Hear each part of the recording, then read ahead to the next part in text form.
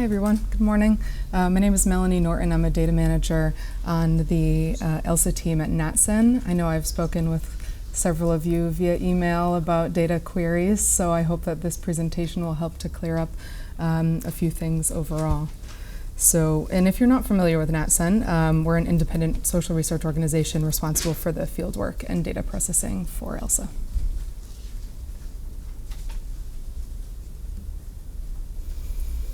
Okay, in terms of access to the data, I'll start with talking about what we have available via UKDS, and then I'll move into discussing non-archived data and how you will be able to access those data by requesting them either via NatSen or via UCL, and I will touch upon the hospital episode statistics and other NHS digital data that hopefully we'll soon be able to share. So given that many of you have already worked on ELSA, and one of the requirements for you to be here today is having registered with the UK Data Service, some of what I cover today may be familiar to you. However, again, I hope this presentation will clarify what's available to you and the best way to go about requesting.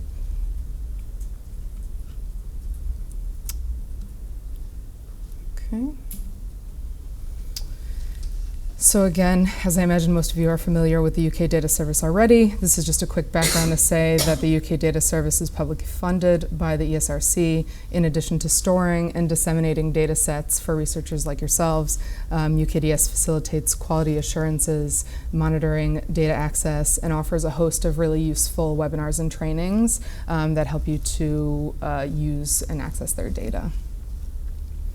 I have included a list of resources at the end of this presentation so that you're able to access their YouTube channel, for example, and our user guides in order to see all of the data sets that I go through. So there are multiple access levels via UKDS where data can be stored. So the end user license is the one that most of you should have already signed up for if you're partaking in the afternoon session. So this restricts access to and use of the data while at the same time allowing for the widest audience. These data sets are anonymized and available for download. The end user license requires users to register with UKDS, provide their institutional affiliation and justification for use of the data, and accept terms of the agreement prohibiting further data sharing. Sometimes there are additional special conditions attached, for example, agreeing not to attempt to link data to another survey, so in ELSA not linking to HSE, for example. The special license data is the next step up, and that includes variables that pose a slightly higher risk of disclosure. The data are still anonymized and available for download, but they contain more detailed information such as additional levels of geographic and employment variables. And this requires users to complete an additional set of forms and provide further details regarding intended use of the data. And when they're complete, and when the data is done being used, they must confirm destruction of the data with UKDS and with NatSen. The UKDS team sends these requests to the depositor, so they'll send these requests to the NatSen ELSA team for approval before providing access. The end user license doesn't require this, so access is typically granted so long as the user provides a legitimate justification for use of the data for non-commercial purposes. When the requests come into the NatSen ELSA team, requests are run by the NatSen Data Release Panel, which I'll discuss a little bit later, and run by the ELSA management group as necessary. Secure access is another one of the main levels of data access, and there are two ways you can actually access these types of data. Out of curiosity, have any of you taken part in this training for secure access data via UKDS? No? Okay. These data sets include data that are more sensitive, so meaning if a person's data were made known, it could cause some distress, or they pose a higher risk of disclosure than the end user license or special license collections. Therefore, they are not available for direct download. This access level requires users to be ESRC accredited researchers and complete face-to-face training and agree to the Secure Access User Agreement and the License Compliance Policy. Users are also required to read and follow a microdata handling procedure for good practice. This is also something that's recommended for special license, but Secure Access, I think that they certainly make sure that you do that before you're allowed to access the data. Applications are screened first by UKDS and then by us. The access is only granted to researchers requiring the data for statistical research purposes, and again, those who can justify their need for all of the data they're requesting. So the same approval process is followed once the data request comes into NatCen. We have a data release panel that will look over the request, and then the ELSA management group as well will look at the request. Data are made available via a secure lab. So this is either a secure environment hosted in the Safe Center facilities that they have at the University of Essex, or the data is available via an encrypted remote access. And no data is released from the network. All statistical results are vetted by UKDS for statistical disclosure control, so small cell counts, things of that nature. And this was a little diagram that the UKDS had on their site, so it is a little bit blurry, but you can see identifying the data that you want to access, registering, which you've done, ordering the data, becoming an approved researcher is the next step, completing the service agreement and the training. Sometimes this, UKDS has said this can take up to 3 months for the full process from initial request to being approved and then accessing the data. You receive a unique login to access the data, and then you'll see that the statistical disclosure control is required before you can actually physically take anything off of the network in order to then publish your papers. So the ELSA data sets that are available under each level here, under the end user license, we have an index file for waves 0 through 5, wave 0 being HSE. This index file is a reference file that includes all ELSA members through wave 5 with info such as outcome codes for each wave and mortality status.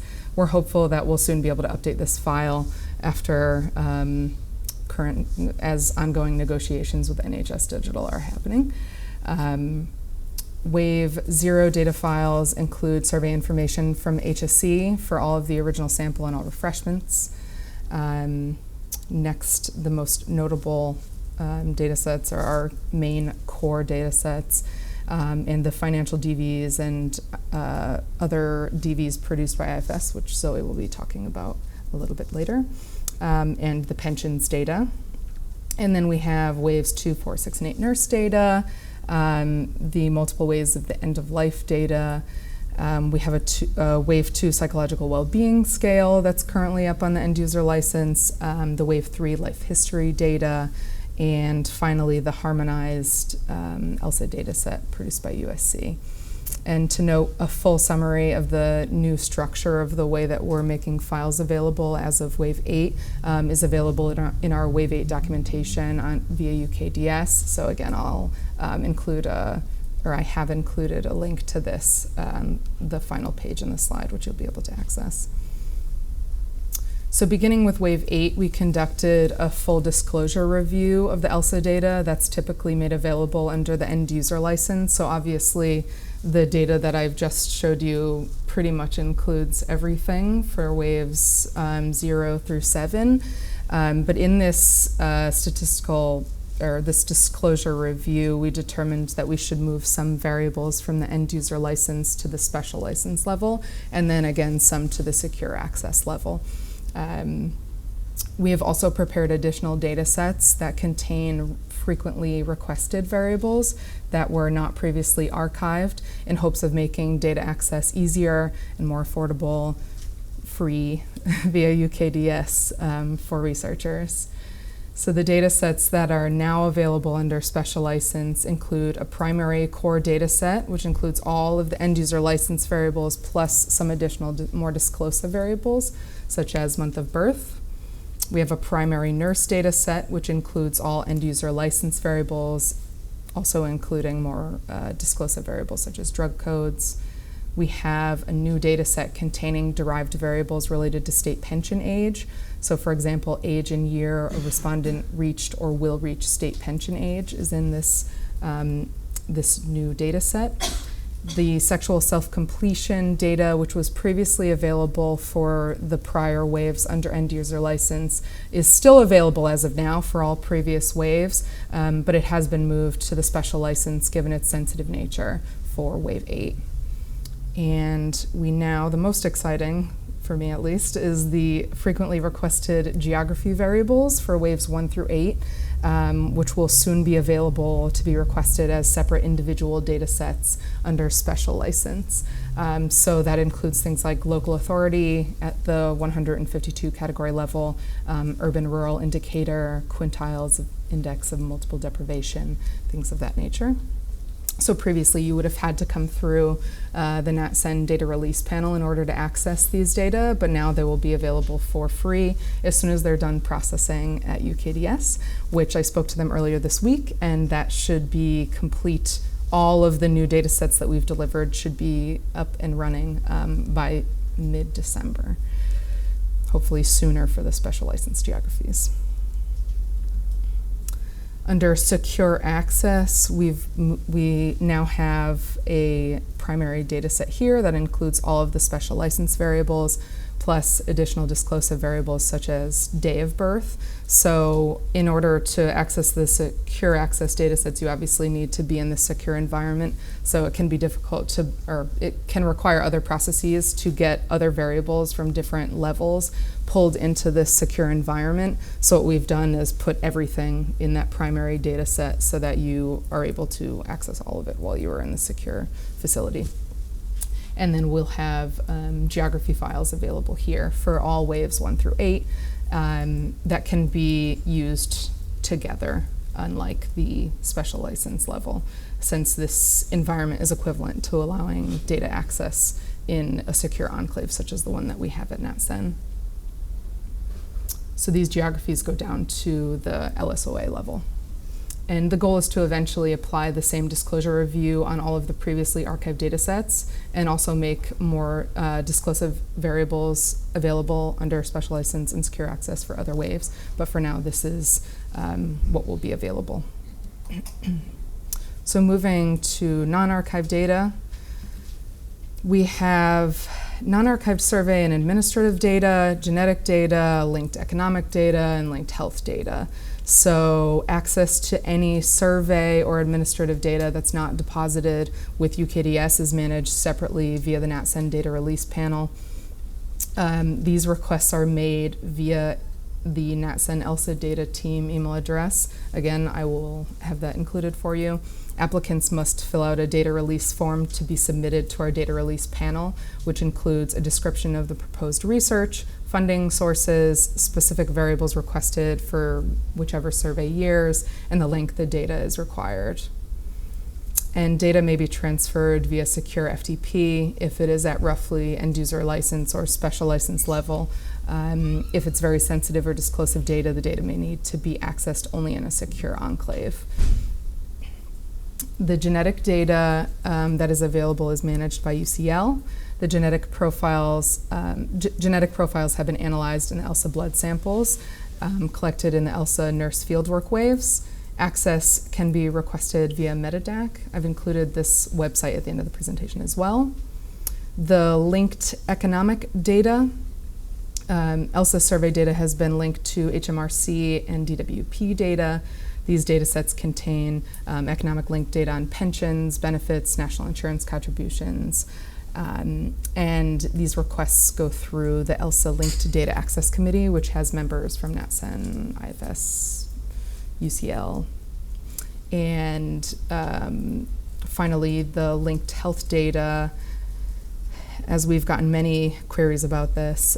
Discussions with NHS Digital are still underway, and we're making progress to eventually allow for access to linked health data by external researchers, like was once available several years ago at this point. So I'm compiling a list of researchers interested in the data so we can alert you once the data is officially available. So if you want to speak to me at some point in the day, I can certainly put you on that list. So just a short thing about the NatSen Data Release Panel. It's a body of statisticians, researchers, ethics experts, and data managers like myself who provide guidance on data protection procedures and review complex external data release requests for the surveys that NatSen manages. So these are the people who are meeting every other week to assess applications based on the criteria below.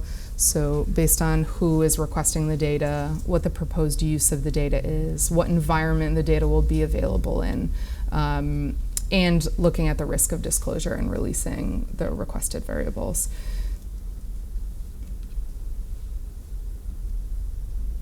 I will open it up for questions after, I think. I have a slide right here with some useful resources. So the ELSA data catalog on UKDS is here.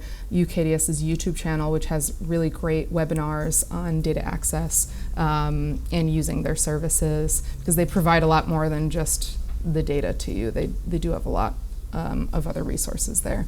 The ELSA project website, and then again, the MetaDeck website. And I have my information and the ELSA data email address if you have any queries about this or want to request any of the data. So that's finished.